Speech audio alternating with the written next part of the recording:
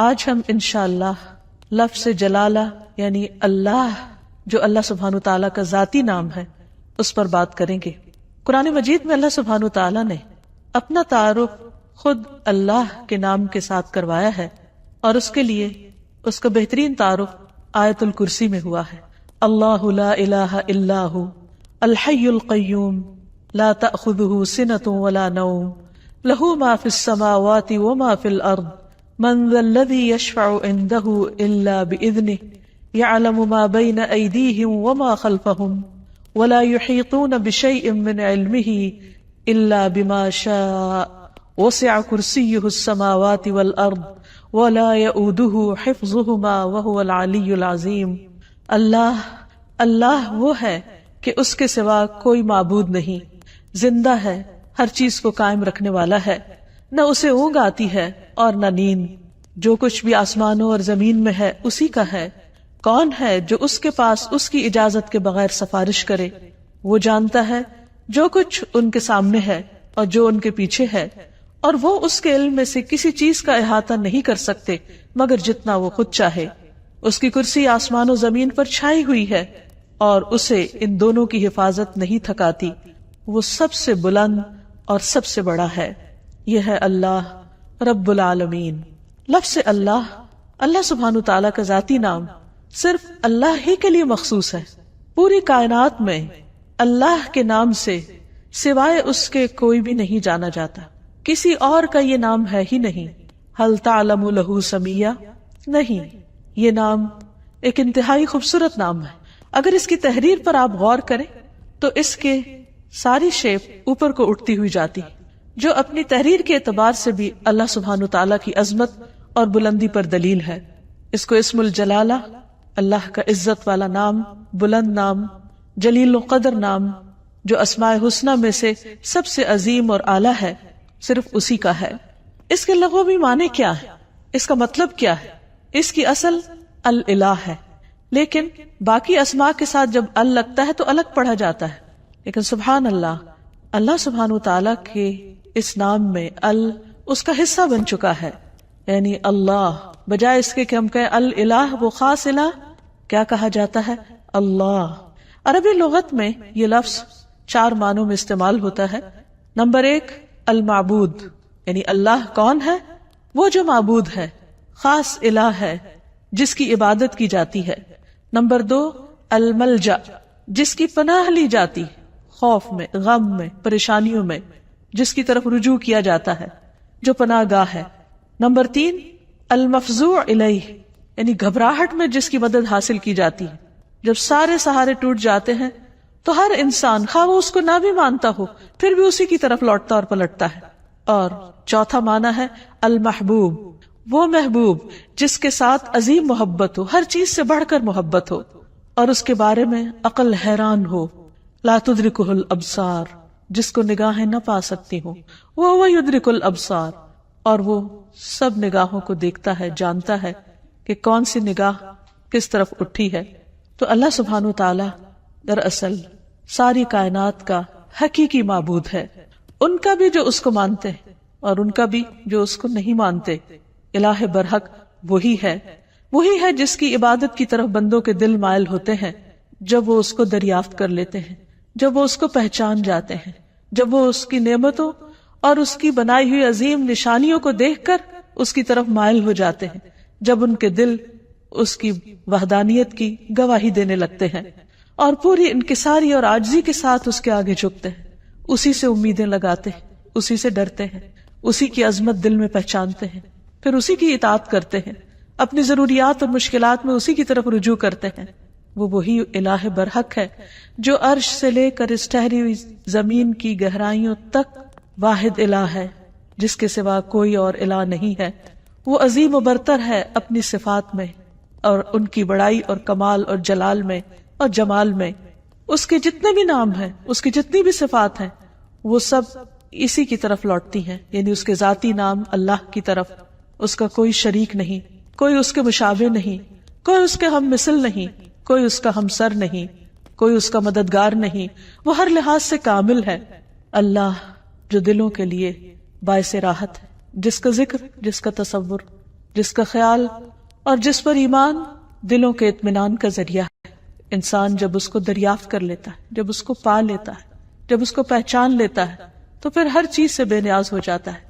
اللہ جل جلالہ کا یہ نام قرآن مجید میں سب سے زیادہ استعمال ہوا ہے۔ 2500 سے زیادہ بار لفظ اللہ قرآن مجید میں مختلف جگہوں پر آیا ہے، مختلف آیات میں، اور جس آیت میں اللہ سبحانہ تعالیٰ کا تعارف کروایا گیا وہ آیت الکرسی قرآن مجید کی سب سے بڑی آیت شمار ہوتی ہے۔ ابی ابن کعب سے مروی ہے کہ نبی صلی اللہ علیہ وسلم نے ایک مرتبہ ان سے پوچھا کہ قرآن کریم میں سب سے عظیم آیت کون سی ہے؟ انہوں نے کہا اللہ اور اس کا رسول جانتے ہیں۔ نبی صلی اللہ علیہ وسلم نے ان سے پھر کئی بار پوچھا تو اس پر انہوں نے عرض کیا آیت الکرسی۔ اس پر آپ بہت خوش ہوئے اور فرمایا کہ ابو المنذر تمہیں علم مبارک ہو، یعنی واقعی تمہارے پاس علم ہے، تم جانتے ہو کہ اللہ کون ہے، اور اس کا تعارف قرآن مجید میں جس آیت میں ہے وہ آیت اسی بنا پر سب سے بڑی آیت شمار ہوتی ہے۔ پھر ہر رسول نے اپنی اپنی امت کو اللہ ہی کی عبادت کی طرف بلایا، اسی الہ کی طرف متوجہ ہونے کے لیے کہا۔ قرآن مجید سے ہمیں پتہ چلتا ہے کہ جس قوم میں بھی کوئی نبی جو آیا اس نے لوگوں کو اللہ کی عبادت ہی کی دعوت دی۔ ارشاد باری تعالیٰ ہے وَلَقَدْ بَعَثْنَا فِي كُلِّ أُمَّةٍ رَسُولًا أَنِ اعْبُدُوا اللَّهَ وَاجْتَنِبُوا الطَّاغُوتَ۔ ہم نے ہر امت میں ایک رسول بھیجا جو انہیں یہی کہتا تھا کہ لوگوں اللہ کی عبادت کرو اور طاغوت سے بچو، یعنی غیر اللہ کی عبادت سے بچو۔ نبی صلی اللہ علیہ وسلم نے بھی لوگوں کو اللہ سبحانہ تعالیٰ ہی کی عبادت کی طرف بلایا۔ ربیہ بن عباد دیلمی سے روایت ہے، یہ وہ صحابی ہیں جنہوں نے جاہلیت کا زمانہ بھی پایا اور پھر مسلمان ہو گئے۔ تو یہ کہتے ہیں کہ انہوں نے نبی صلی اللہ علیہ وسلم کو ذو المجاز نامی بازار میں دیکھا، آپ لوگوں کو لا الہ الا اللہ کی دعوت دے رہے تھے اور فرما رہے تھے کہ یا ایھا الناس قولوا لا الہ الا اللہ تفلحوا، اے لوگو لا الہ الا اللہ کہہ دو تو تم فلاح پا جاؤ گے۔ وہ کہتے ہیں کہ آپ صلی اللہ علیہ وسلم گلیوں اور بازاروں میں داخل ہو رہے تھے، لوگ آپ کے پیچھے جاتے، آپ کے ارد گرد جمع ہو جاتے، کوئی ان سے کچھ نہیں کہہ رہا تھا اور آپ خاموش ہوئے بغیر اپنی بات دہرائے چلے جا رہے تھے، اے لوگو لا الہ الا اللہ کہہ دو فلاح پا جاؤ گے، اے لوگو لا الہ الا اللہ کہہ دو فلاح پا جاؤ گے۔ گویا انسان کی کامیابی، اس کی نجات، اس کی فلاح کا انحصار اس بات پر ہے کہ وہ ایک اللہ کو اپنا معبود سمجھے اور اس پر ایمان لے آئے۔ یہی سٹیپنگ سٹون ہے سیدھے راستے کی طرف، کامیابی کی طرف۔ اسی طرح بلحجیم قبیلہ کے ایک آدمی سے روایت ہے، وہ کہتے ہیں کہ میں نے پوچھا اے اللہ کے رسول صلی اللہ علیہ وسلم آپ کن چیزوں کی طرف دعوت دیتے ہیں، یعنی آپ کی دعوت کیا ہے، آپ لوگوں کے لیے کیا میسج لے کر آئے؟ آپ نے فرمایا میں اس اللہ کی طرف دعوت دیتا ہوں جو یکتا ہے، بس ایک ہے، وہ اللہ کہ جب تم پر کوئی مصیبت آتی ہے اور تم اسے پکارتے ہو تو وہ تمہاری مصیبت کو دور کر دیتا ہے، جب تم کسی بیابان اور جنگل میں راستہ بھول جاتے ہو اور تم اس سے دعا کرتے ہو تو وہ تمہیں اپنے اصل مقام تک پہنچا دیتا ہے، جب تم قحط سالی میں مبتلا ہوتے ہو اور اس سے دعا کرتے ہو تو وہ پیداوار ظاہر کر دیتا ہے۔ تو اس سے پتہ یہ چلتا ہے کہ ہر انسان کے اندر اللہ کی ایک ضرورت موجود ہے۔ جب وہ دیکھتا ہے کہ اس کے آس پاس کے سب سہارے گم ہو گئے ہیں تو وہ اس ہستی کو پکارتا ہے جس نے اس کو پیدا کیا اور جس نے اس کے ساتھ ضروریات رکھی اور ان ضروریات کو پورا کرنے کا انتظام بھی فرمایا۔ انسان اپنی فطرت میں اپنے رب کو پہچانتا ہے، لیکن اس کا ماحول اس کو مختلف طرح کے اندھیروں میں رکھ کر اس رب سے دور کر دیتا ہے۔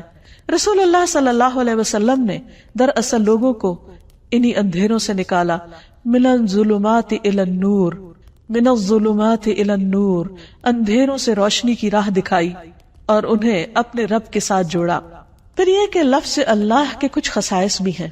اس لفظ کی سب سے پہلی خصوصیت ہے کہ یہ اللہ سبحانہ وتعالیٰ کا اسم اعظم ہے۔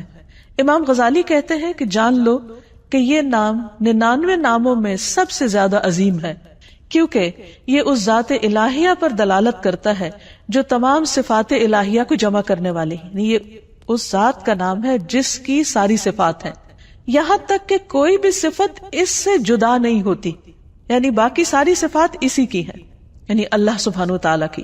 پھر ہم دیکھتے ہیں کہ یہ نام ہر حدیث میں وارد ہوا ہے۔ نبی صلی اللہ علیہ وسلم کی جتنی بھی حدیثیں ان کے شروع میں ہر جگہ آتا ہے قال رسول اللہ صلی اللہ علیہ وسلم یا عن النبی صلی اللہ علیہ وسلم. تو حدیث کا جتنا بھی ذخیرہ ہے، جتنا بھی خزانہ ہے، اس میں سے ہر حدیث میں اللہ سبحانہ وتعالیٰ کا نام آتا ہے، اسی کی طرف نسبت جاتی ہے. پھر اسی طرح تمام اسماء حسنہ کی نسبت اللہ کی طرف ہے.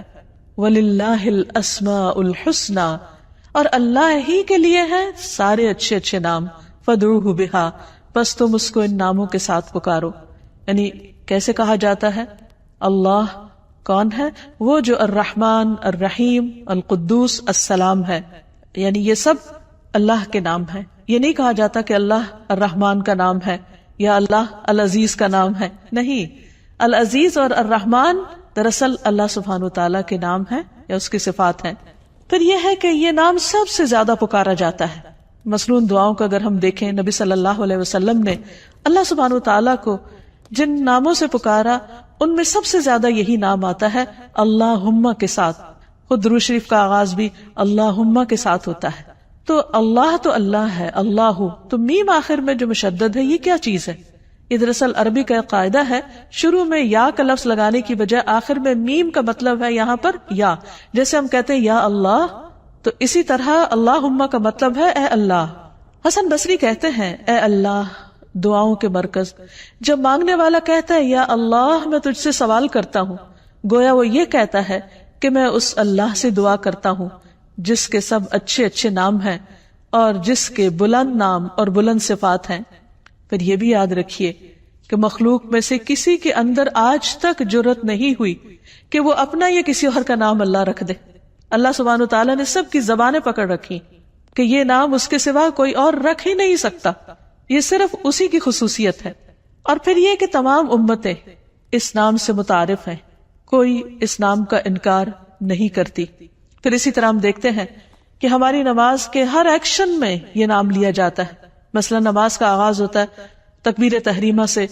آغاز میں پہلا لفظ ہی کیا ہے؟ اللہ اکبر، اللہ سب سے بڑا ہے. پھر دعا استفتاح ہے، اس میں آتا ہے سبحانک اللہم و بحمدک، اللہ کا نام ہے. رکوع میں ہم جو دعائیں مانگتے ہیں ان میں سے دعا ہے سبحانک اللہم ربنا و بحمدک. پھر قوما میں جب کھڑے ہوتے ہیں سمع اللہ لمن حمدہ. پھر سجدے میں جاتے ہیں تو کہتے ہیں اللہم لک سجدت، اے اللہ میں نے تیرے لیے سجدہ کیا. پھر تشہد کی دعاؤں میں سے ہے اللہم اغفر لی ما قدمت وما اخرت وما اسررت وما اعلنت، اے اللہ مجھے بخش دے جو بھی میں نے پہلے گناہ کیے، جو بعد میں کیے، جو چھپ کے کیے اور جو ظاہری طور پر کیے. پھر نماز کے اختتام کس پر ہوتا ہے؟ السلام علیکم ورحمۃ اللہ. اس میں بھی اللہ کا نام لیا جاتا ہے. تو گویا پورا دن ہم اس کی تکرار کرتے رہتے ہیں، نمازوں کے اندر بھی اور نمازوں کے باہر بھی. دن کا آغاز ایک مسلمان کس طرح کرتا ہے؟ سب سے پہلے دعا مانگتا ہے الحمدللہ الذی احیانا بعدما اماتنا. گویا آنکھ کھلتے ہی پہلا لفظ جو اس کی زبان پر آتا ہے وہ اللہ کے شکر کا ہے، الحمدللہ. پھر اسی طرح مختلف کام کاج کرتے ہوئے اگر چھینک آ جاتی ہے تو الحمدللہ. کسی اچھی چیز کو دیکھتا ہے انسان تو سبحان اللہ، اللہ کی قدرت یاد آتی ہے. پھر کسی چیز پر حیران ہوتا ہے کہتا ہے ماشاء اللہ. پھر اسی طرح کوئی گناہ ہو جاتا ہے تو کہتا ہے استغفر اللہ. بلندی کی طرف چڑھنے لگتا ہے تو کہتا ہے اللہ اکبر. نیچے کو اترنے لگتا ہے تو کہتا ہے سبحان اللہ. پھر اسی طرح دن کے سارے کام کاج کرتے ہوئے جب رات کو سونے لگتا ہے تو دائیں طرف لیٹتے ہوئے اپنا دائیں ہاتھ اپنے دائیں گال کے نیچے رکھ کر اپنے رب کو پکارتا ہے اللہم بسمک اموت و احیا. پھر اسی طرح اس نام کی کچھ اور خصوصیات ہیں، اور وہ یہ کہ عربی میں قسم کے لیے جو تا استعمال ہوتی ہے وہ صرف اسی نام پر وارد ہوتی ہے، تاللہ. پھر اسی طرح اس لفظ کا خاصہ یہ ہے کہ الحمد کا استعمال صرف اللہ کے ساتھ ہوتا ہے. یہ نہیں ہوتا الحمد الرحمن، الحمد للرحمن یا الحمد للرحیم، نہیں، الحمد للہ. اسی طرح باقی بھی بہت سے جب ہم دعائیں اللہ تعالیٰ سے مانگتے ہیں یا اللہ تعالیٰ کی تعریف بیان کرتے ہیں تو لفظ اللہ ہی کے ساتھ کر رہے ہوتے ہیں. پھر اس نام کی بہت سی برکات بھی ہیں. یعنی یہ صرف ایسا نہیں کہ صرف ایک نام ہے، بلکہ یہ ہماری روح اور ہمارے دل کی زندگی ہے. جب ہم تکلیف میں ہوتے ہیں، جب ہم کسی بھی طرح تنہا محسوس کرتے ہیں تو یہ نام ہمارے اندر سے تنہائی کا احساس ختم کر دیتا ہے. اللہ سبحانہ وتعالیٰ کا یہ نام یعنی اللہ جو اس کا ذاتی نام ہے، یہ صرف ایک نام ہی نہیں، اس کی بہت سی برکات بھی ہیں، اس کے بہت سے فائدے ہیں. یہ صرف اس کا نام نہیں، یہ اس کی پہچان بھی ہے، اور یہ ہماری دل، روح اور جان کی زندگی ہے. ہم جب تنہا ہوتے ہیں تو جو ہی اس کا نام لیتے ہیں یوں لگتا ہے کوئی تنہائی نہیں. جب خوف زدہ ہوتے ہیں اور اس کو پکارتے ہیں تو لگتا ہے کوئی خوف نہیں. ایک دم دلوں کو قرار آ جاتا ہے، تسکین مل جاتی ہے. اگر انسان تکلیف کے وقت بسم اللہ کہتا ہے تو اس کی تکلیف دور ہو جاتی ہے.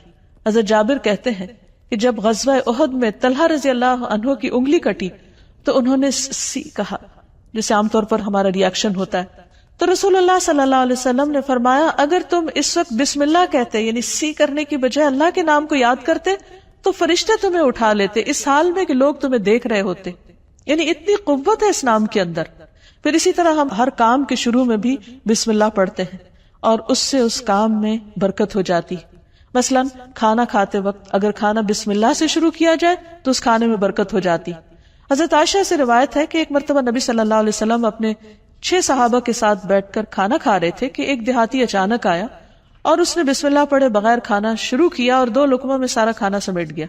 تو آپ صلی اللہ علیہ وسلم نے فرمایا اگر یہ بسم اللہ پڑھ لیتا تو تم سب کو یہ کھانا کفایت کر جاتا. یعنی اگر بسم اللہ سے یہ آغاز کرتا تو 6 میں اگر 7واں بھی شامل ہو جاتا تو سب کی بھوک دور ہو جاتی.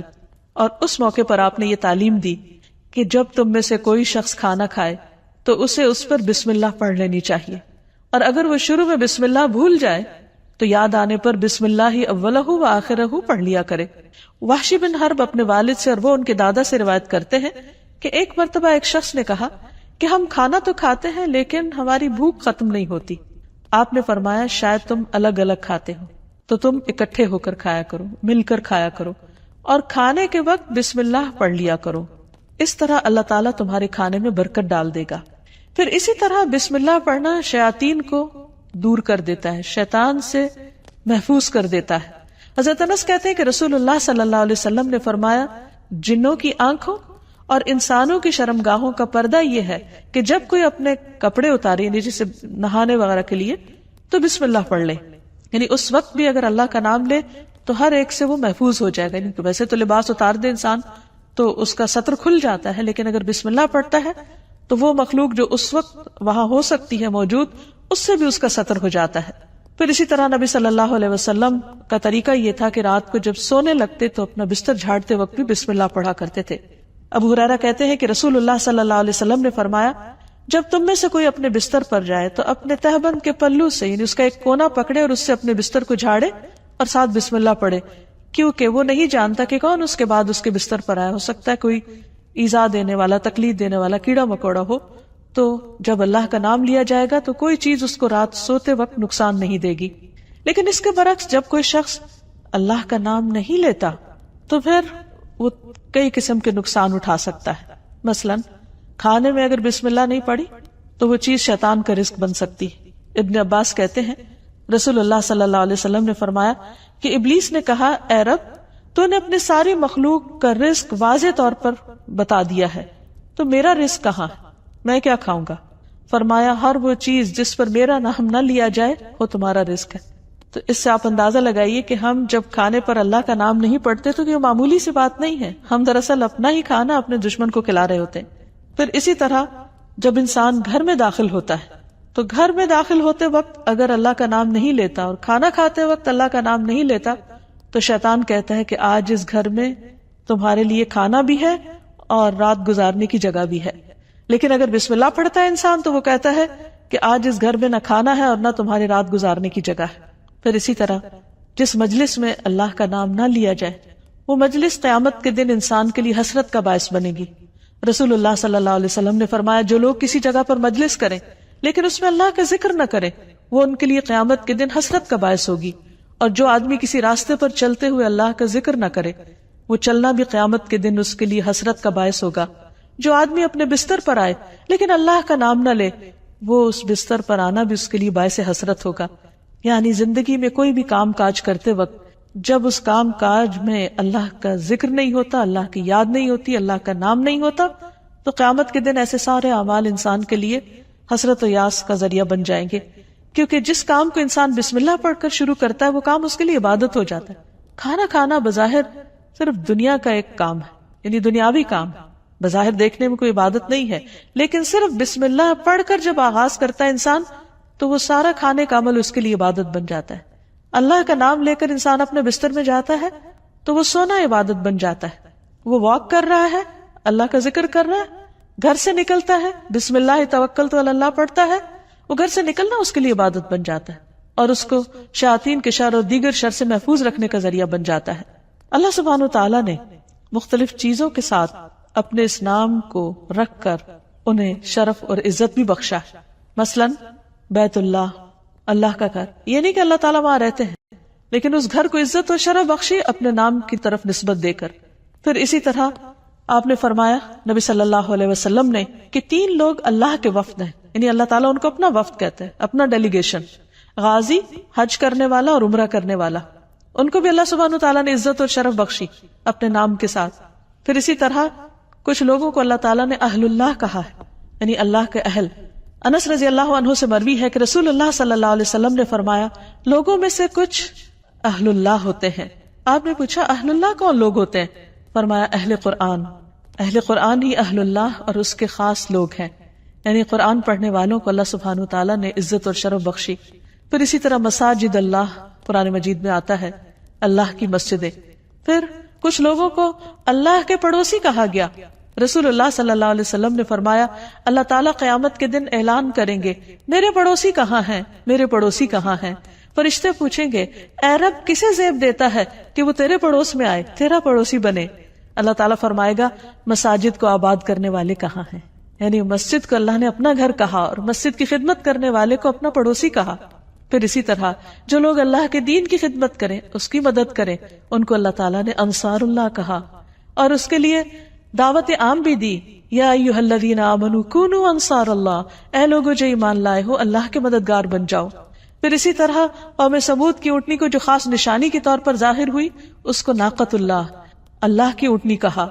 اور حقیقت یہ ہے کہ اللہ کے نزدیک بندوں کے ناموں میں سے بھی جو پسندیدہ نام ہیں ان میں سے ایک عبداللہ اور دوسرے عبد الرحمن ہے، جیسے کہ نبی صلی اللہ علیہ وسلم نے ہمیں تعلیم دی ہے.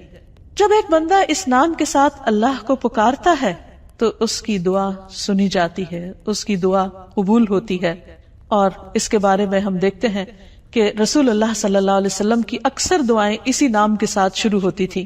آپ صلی اللہ علیہ وسلم ہر نئے مسلمان ہونے والے کو جو دعا سکھایا کرتے تھے اللہم اغفر لی وارحمنی واہدنی وارزقنی، اے اللہ تو مجھے معاف کر دے، اے اللہ تو مجھ پر رحم فرما اور مجھے ہدایت دے اور مجھے رزق عطا فرما. پھر اسی نام کے ذریعے جب آپ صلی اللہ علیہ وسلم اللہ کے راستے میں نکلتے، جہاد پر جاتے، تو آپ اسی نام کے ذریعے اللہ تعالیٰ سے مدد چاہتے.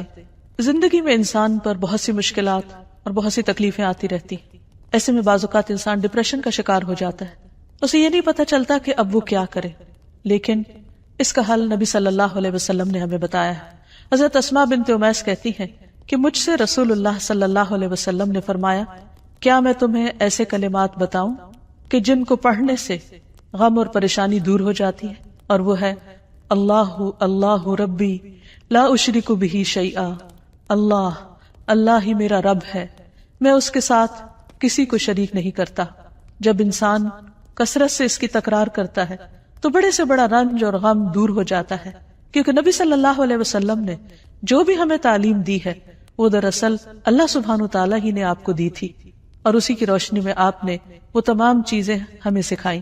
اسی طرح حضرت یعقوب علیہ السلام پر جب بہت غم آیا بیٹے کی جدائی کا تو انہوں نے بندوں سے شکوہ شکایت نہیں کی، بلکہ کیا کہا انما اشکو بثی وحزنی الی اللہ، انما اشکو بے شک میں شکوہ کرتا ہوں، بثی وحزنی اپنے رنج و غم کا، الی اللہ صرف اللہ کی طرف. اور حقیقت یہ ہے کہ جب انسان ایسی حالت میں اللہ کی طرف رجوع کرتا ہے تو اللہ سبحانہ وتعالیٰ اپنے غیب کے خزانوں سے اس کی مدد کرتا ہے اور اس کو تنہا نہیں چھوڑتا، اس کو تھام لیتا ہے. لفظ اللہ کے ساتھ پکارنا دعاؤں کی قبولیت کا ذریعہ بنتا ہے. ایک اور روایت سے ہمیں پتہ چلتا ہے، عبداللہ بن بریدہ اسلمی اپنے والد سے روایت کرتے ہیں کہ نبی صلی اللہ علیہ وسلم نے ایک شخص کو دعا میں پکارتے ہوئے سنا اللہم انی اسألک بأنی اشہد انک انت اللہ لا الہ الا انت الاحد الصمد الذی لم یلد ولم یولد ولم یکن لہ کفوا احد. تو آپ نے فرمایا قسم ہے اس ذات کی جس کے ہاتھ میں میری جان ہے، اس نے اللہ کے اس نام کے ساتھ دعا کی ہے جس کے ساتھ دعا کی جائے تو قبول کی جاتی ہے، اور اگر سوال کیا جائے تو عطا کر دیا جاتا ہے. یعنی بندہ اپنے رب سے جو کچھ مانگتا ہے رب اسے عطا کرتا ہے. تو جو شخص اپنے الہ حقیقی کو پہچان لیتا ہے پھر وہ اسی سے مانگتا ہے اور اسی کی عبادت کرتا ہے. ایاک نعبد و ایاک نستعین، وہ اسی کی اطاعت اور بندگی کے لیے اسی کو راضی کرنے کی کوشش کرتا ہے، اور اگر اس کو راضی کرنے میں کسی اور کو ناراض بھی کرنا پڑے تو وہ اس سے ڈرتا نہیں، کیونکہ جو اللہ کو راضی کرتا ہے اللہ سبحانہ تعالیٰ اس کی حفاظت کرتے ہیں، اور جو بندوں کو راضی کرنے کے لیے اللہ کو ناراض کر دیتا ہے پھر اللہ تعالیٰ اسے بندوں کے حوالے کر دیتے ہیں. ہمارے لیے یہ بہت اہم ہے کہ ہم اپنی پوری زندگی اللہ رب العالمین کے سپرد کریں، اسی کی اطاعت اور فرما برداری میں گزاریں، جیسا کہ اللہ سبحانہ تعالیٰ نے نبی صلی اللہ علیہ وسلم کو حکم دیا، قل ان صلاتی ونسکی ومحیای ومماتی للہ رب العالمین لا شریک لہ وبذالک امرت وانا اول المسلمین. آپ کہہ دیجئے میری نماز، میری قربانی، میرا جینا اور میرا مرنا سب اللہ رب العالمین کے لیے ہے، اس کا کوئی شریک نہیں، مجھے اسی بات کا حکم دیا گیا ہے اور میں سب سے پہلے فرما بردار ہوں، سب سے پہلے مسلمان ہوں. یعنی کسی بھی قسم کی عبادت خواہ وہ جانی ہو یا مالی ہو، زندگی کا کوئی بھی کام ہو، سب کا سب اللہ کی رضا کے لیے ہونا چاہیے. جیسا کہ ابراہیم علیہ السلام نے اپنے آپ کو اللہ کے سپرد کیا تھا، اللہ کی اطاعت کی تھی. اذ قال له ربه اسلم قال اسلمت لرب العالمین، جب اس کے رب نے کہا کہ تم اپنے رب کے حوالے کر دو اپنے آپ کو تو انہوں نے کیا کہا کہ میں رب العالمین کا فرما بردار ہو گیا. ایسا ہی دین دراصل اللہ کا مطلوب دین ہے کہ بندہ اپنے آپ کو اللہ کے حوالے کرے، اسی کا فرما بردار بن جائے، اسی کا اطاعت گزار بن جائے. ارشاد باری تعالیٰ ہے وَمَنْ أَحْسَنُ دِينًا، اس سے اچھا دین کس کا ہو سکتا ہے، ممن اسلم وجہہ للہ، جس نے اپنا آپ اللہ کے حوالے کر دیا، اپنا چہرہ اللہ کے لیے تابع کر دیا، اس کے آگے جھک گیا، اس کی بات کے آگے، اس کے حکم کے آگے. وَهُوَ مُحْسِنٌ، اور وہ محسن بھی ہے، ہر کام کو بہت اچھی طرح کرنے والا ہے. وَاتَّبَعَ مِلَّةَ إِبْرَاهِيمَ حَنِيفًا، اور اس نے ملت ابراہیم کی پیروی کی. وَاتَّخَذَ اللَّهُ إِبْرَاهِيمَ خَلِيلًا، اور اللہ نے ابراہیم کو اپنا دوست بنا لیا. تو جو شخص اللہ کی اطاعت اور فرما برداری کرتا ہے وہ اللہ کا خاص بندہ بن جاتا ہے، اور جو اللہ کا خاص بندہ ہوتا ہے وہ دنیا میں سب سے زیادہ خوش قسمت ہوتا ہے، کیونکہ اسے دنیا کے کسی بڑے کا فیور نہیں، اللہ کا فیور اور اللہ سبحانہ تعالیٰ کی رحمت اور بخشش اور عنایت اور رضا اس کو حاصل ہو جاتی ہے. اور اس سے بڑی کیا چیز ہو سکتی ہے اس شخص کے لیے جو اللہ کو اپنا رب مانتا ہو. اسی لیے ایسا بندہ جب رات کو سونے لگتا ہے تو اپنا سب کچھ اللہ کے سپرد کر دیتا ہے اور یوں اللہ سبحانہ تعالیٰ کے آگے عاجزی اور فریاد کرتا ہے، اللہم اسلمت نفسی الیک ووجہت وجہی الیک وفوضت امری الیک والجأت ظہری الیک رغبتا ورہبتا الیک لا ملجا ولا منجا منک الا الیک آمنت بکتابک الذی انزلت وبنبیک الذی ارسلت. اے اللہ، میں نے اپنی جان تیرے سپرد کی، اپنا چہرہ تیری طرف کر لیا، اپنا معاملہ تیرے سپرد کر دیا، جتنے بھی پریشانیاں غم اور ہم ہیں سب تیرے حوالے کر دی، تو ہی ان کی بہترین ٹیک کیئر کرنے والا ہے. اپنے آپ کو تیری طرف متوجہ کیا، تجھی پر بھروسہ کیا، تیری طرف رغبت اور تیری خوف کی وجہ سے تیرے سوا کوئی جائے پناہ نہیں. میں تیری کتاب پر ایمان لایا جو تو نے نازل کی، تیرے نبی پر ایمان لایا جو تو نے ہی بھیجا. ایسا شخص اگر رات کو فوت ہو جاتا ہے تو وہ فطرت پر ہوتا ہے، اسلام پر ہوتا ہے، وہ دراصل اللہ کے اس فرمان کے تابع ہوتا ہے کہ اس کا سب کچھ اپنے رب کے لیے ہے. اور اگر وہ صبح کرتا ہے تو حدیث میں آتا ہے کہ ایسا شخص خیر پر، بھلائی پر صبح کرتا ہے. حقیقت یہ ہے کہ جو لوگ اللہ کو پہچان لیتے ہیں وہ سب سے بڑھ کر اللہ سے محبت کرنے والے ہوتے ہیں، اور یہی ان کے ایمان کا تقاضا ہوتا ہے. والذین آمنوا اشد حبا للہ، وہ لوگ جو ایمان والے ہیں وہ اللہ کی محبت میں سب سے زیادہ شدید ہوتے ہیں. نبی صلی اللہ علیہ وسلم نے فرمایا، تم میں سے کوئی شخص اس وقت تک مومن نہیں ہو سکتا جب تک اسے اللہ اور اس کے رسول دوسرے سب لوگوں سے زیادہ محبوب نہ ہو جائیں۔ ایسے لوگ صرف محبت ہی نہیں کرتے، وہ اللہ سے ڈرتے بھی ہیں، اور جو اللہ سے ڈرتے ہیں پھر وہ لوگوں سے نہیں ڈرتے، اور جب وہ اللہ سے ڈرتے ہیں تو اللہ کے ڈر سے پھر وہ اللہ کی نافرمانی کے کام چھوڑ دیتے ہیں، پھر ان کی محبت اور ان کی نفرت بھی اللہ ہی کی خاطر ہوتی ہے، پھر وہ اللہ کو کثرت سے یاد کرنے والے ہوتے ہیں اور اس حکم پر عمل کرنے والے۔ یا ایھا الذین آمنوا اذکروا اللہ ذکرا کثیرا، اے لوگ جو ایمان لے آئے ہو اللہ کا ذکر کرو، اللہ کو یاد کرو، کثرت سے یاد کرنا، وسبحوہ بکرۃ واصیلا، اور صبح و شام اس کی تسبیح بیان کرو۔ ایسے ہی لوگ سب سے آگے نکل جانے والے ہیں، ایسے ہی لوگ سب سے آگے بڑھ جانے والے ہیں، اور انہی کا انجام بہترین ہے۔ نبی صلی اللہ علیہ وسلم نے فرمایا مفردون سبقت لے گئے۔ لوگوں نے پوچھا اللہ کے رسول صلی اللہ علیہ وسلم وہ کون ہے؟ آپ نے فرمایا اللہ کا بہت زیادہ ذکر کرنے والے مرد اور عورتیں۔ اللہ سے دعا ہے کہ اللہ تعالی ہمیں ان لوگوں میں شامل کر لے جو سب سے زیادہ اس کو یاد کرنے والے ہیں، کیونکہ اسی میں دلوں کا اطمینان، دلوں کی راحت اور آخرت کی کامیابی ہے۔ وآخر دعوانا ان الحمد للہ رب العالمین۔